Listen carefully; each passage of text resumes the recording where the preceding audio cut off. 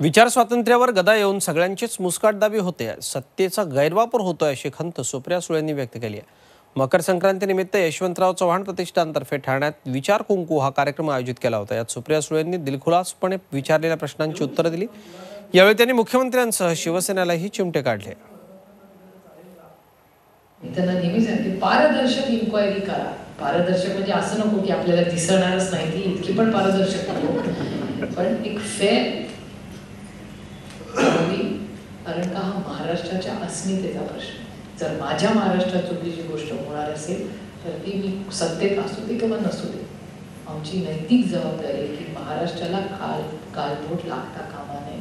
आणि आपल्या सगळ्यांची जबाबदारी आणि मायबाप सरकारची त्याच्यावर जास्त आहे।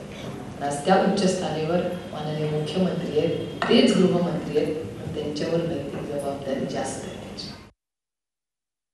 ऑलवेज असली, ठाण्यात नकली आहे, ताडोबाला असली आहे।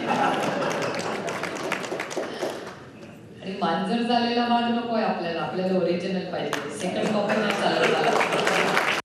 झी 24 तास रहा एक पाऊल पुढे।